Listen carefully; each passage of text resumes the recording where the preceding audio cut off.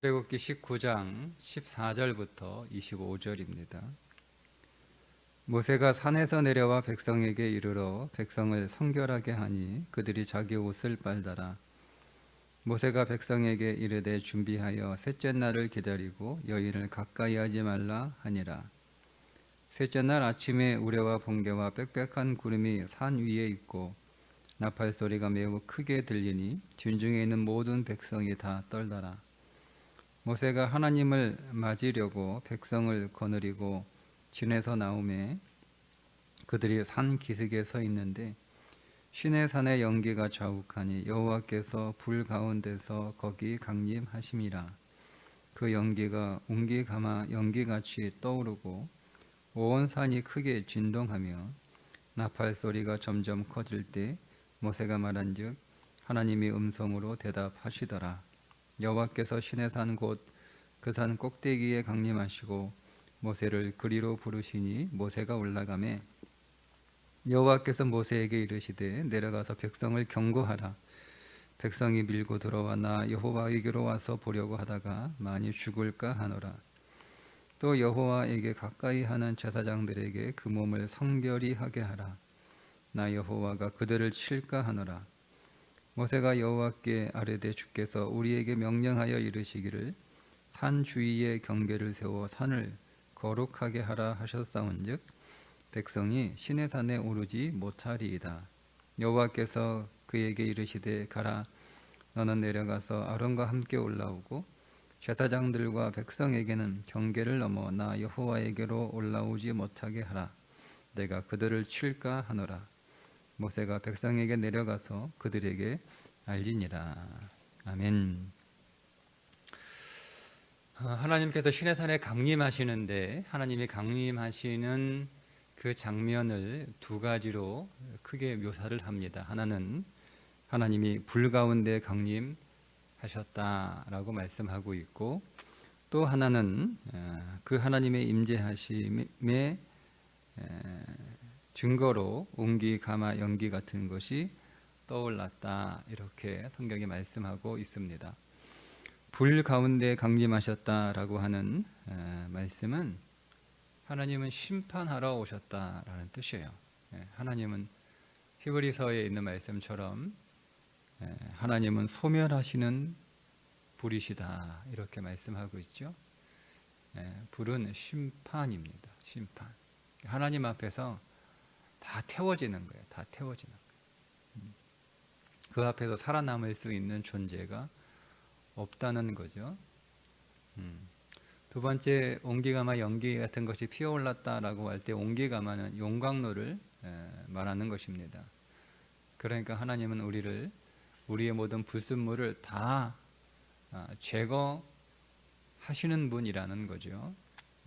그러니까 오늘 우리가 어떤 불순물을 가지고 있어서 하나님 앞에 나갈 수 없다는 것입니다. 하나님 앞에 나가게 되면 오늘 우리는 하나님의 심판을 받게 되는데, 하나님은 오늘 우리 안에는 모든 죄들을 다 소멸하시고 다 태워버리시고 우리를 정결하게 하신다라는 거예요. 그런데 여러분, 이 사람들이 하나님 앞에 나오기 전에 옷을 빨고 여인과 가까이 하지 않았어요. 그죠? 네. 그런데 소용없다는 거예요. 아무리 옷을 빨아도, 아무리 여인과 가까이 하지 않는 삶을 살아도 하나님은 그들을 심판하실 수밖에 없고 그들 안에 여전히 불순물이 있다는 거예요. 그래서 하나님은 그들을 태우실 수밖에 없다라는 겁니다. 그게 하나님이죠. 그 하나님이죠. 그래서 하나님은 경계를 정해 놓으시고 그 경계를 넘어서지 마라라고 이미 모세에게 12절에서 말씀을 하셨는데 21절에서 두 번째 경고를 하세요. 그죠? 21절에 여호와께서 모세에게 이르시되 내려가서 백성을 경고하라. 백성이 밀고 들어와 나 여호와에게로 와서 보려고 하다가 많이 죽을까 하노라. 그러니까 이미 하나님은 12절에서 경고를 하셨어요. 그런데 지금 재차 경고하시는 거예요. 그러니까 모세가 23절에 뭐라고 대답하냐면 이미 제가 백성에게 그렇게 하지 말라고, 경계를 넘지 말라고 말했기 때문에 경계를 넘지 않을 겁니다 라고 대답을 하죠. 그죠? 네. 근데 모세가 사실은 사람이 어떤 존재인지를 모르기 때문에 이런 얘기 하는 거예요. 그래 하나님이 그래 알았다라고 대답하시는 게 아니라 세 번째 다시 경고하십니다. 24절이죠. 여호와께서 그에게 이르시되 가라 너는 내려가서 아론과 함께 올라오고 제사장들과 백성에게는 경계를 넘어 나 여호와에게로 올라오지 못하게 하라. 내가 그들을 칠까 하노라. 그러니까 하나님은 지금 세 번에 걸쳐서 계속 경고하시는 거예요. 경계를 넘어서지 마라. 경계를 돌파하지 마라. 예? 경계를 넘어서면 내가 너희들을 쳐버리겠다라고 하나님은 계속 말씀을 하시는 거예요. 왜 그렇게 말씀을 하시겠어요? 여러분, 인간은 하나님이 정해놓은 경계를 넘어서려고 하는 속성을 가지고 있다는 겁니다. 하나님은 분명히 하나님의 자리와 인간의 자리를 정해놓으셨어요. 이게 창조의 원리예요. 근데 이 창조의 원리를 깨트리기 위하여 뱀이 찾아와서 했던 말이 뭡니까? 하나님처럼 될까 하노라. 그래서 선악과 먹지 말라고 한 거야. 이렇게 얘기하잖아요. 그러니까 사람 안에 어떤 속성이 있는지를 사단이 알고 있는 거예요. 사람은 하나님의 형상을 닮았기 때문에 하나님의 자리를 넘보는 속성을 가지고 있어요.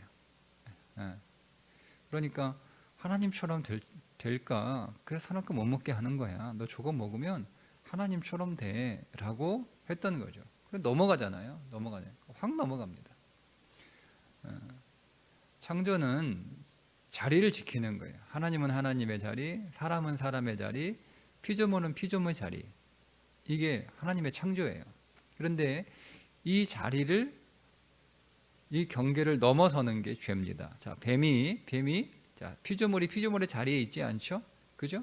뱀이 와가지고 어디 사람한테 이래라 저래라 합니까? 그죠?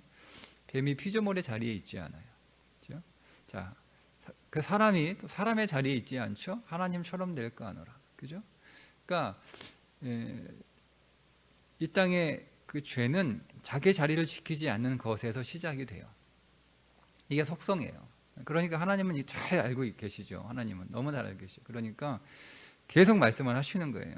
한 번 말씀하셨으면 여러분, 우리가 한 번 말하면 못 알아듣습니다. 우리는 뭐 한 얘기 또 하냐 자꾸 얘기하는데요. 우리는 못 합니다.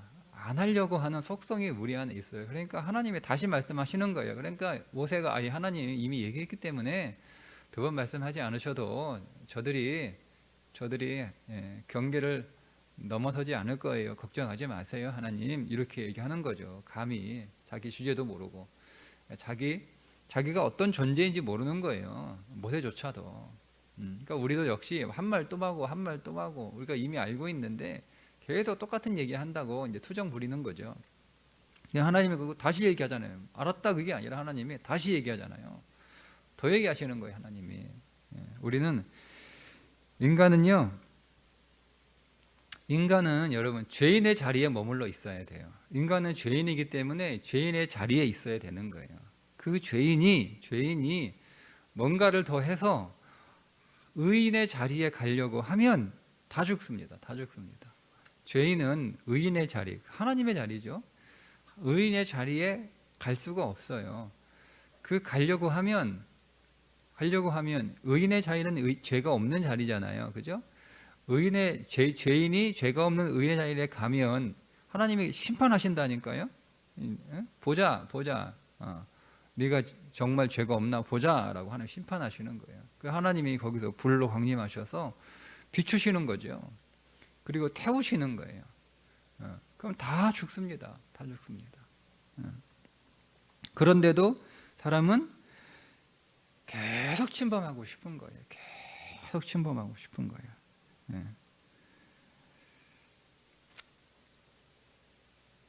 다른 종교는 사람이 자기가 믿는 신을 찾는 게 다른 종교의 특징입니다.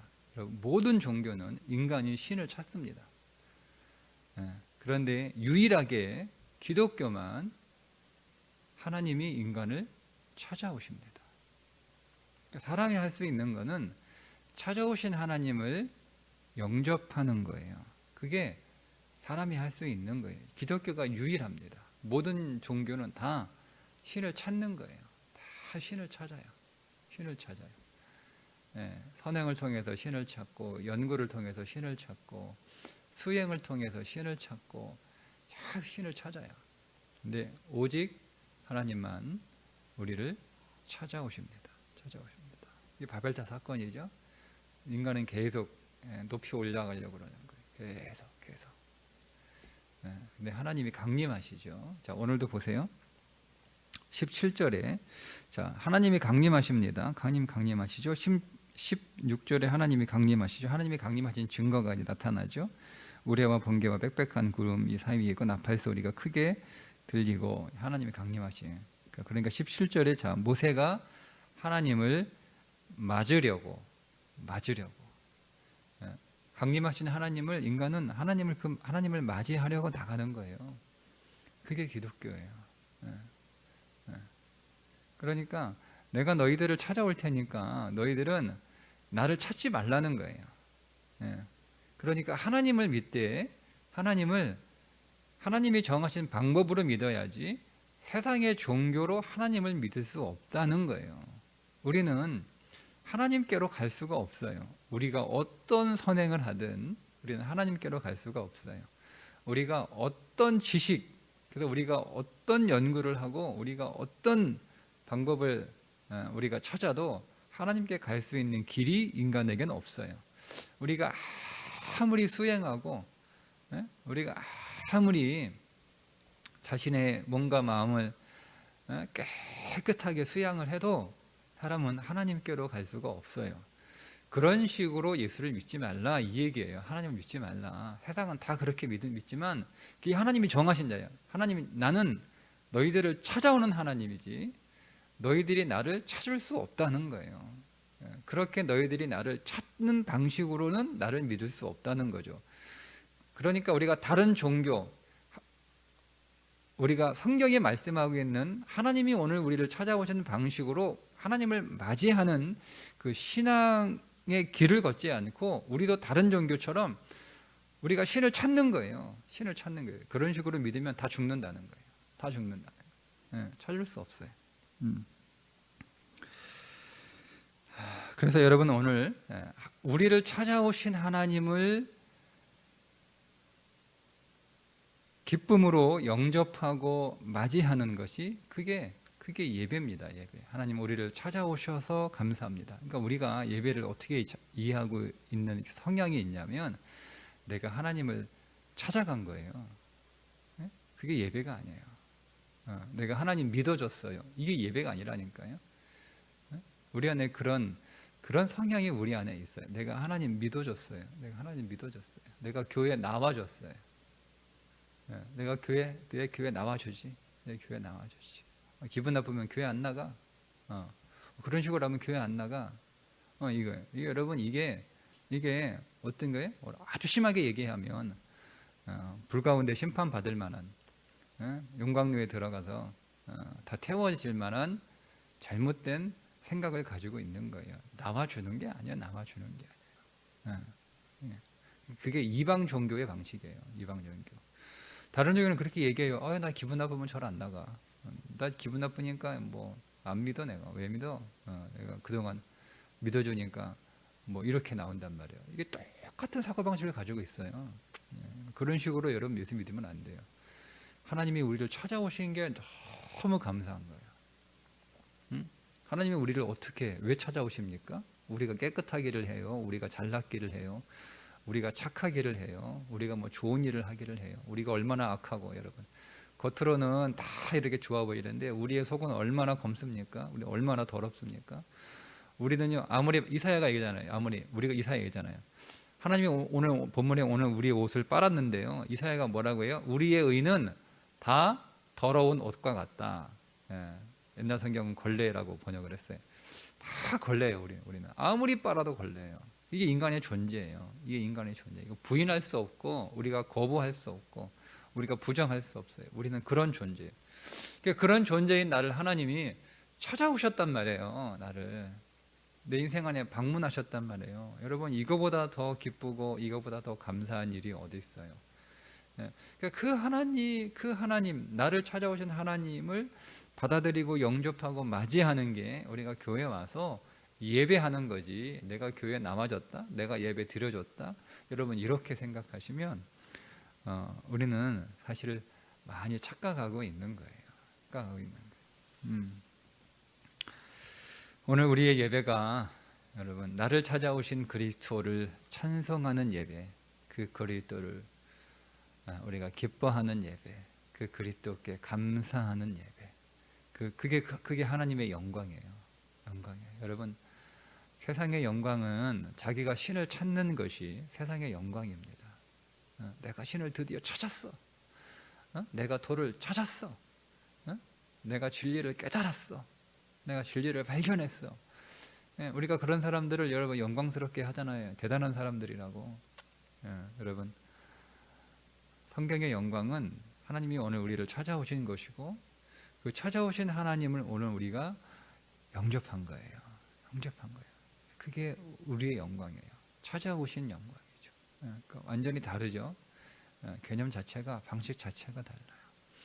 그러니까 우리가 오늘 우리를 찾아오신 그 하나님, 우리 하나님이신 그리스도의 그분의 그 영광을 찬송하고 기뻐하고 그 앞에 엎드려 경배하고.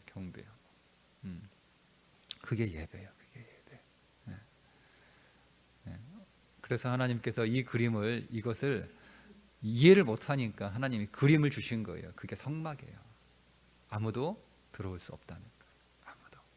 그죠? 아무도 못 들어가요. 들어갔다가 다 죽어요. 다 죽어요.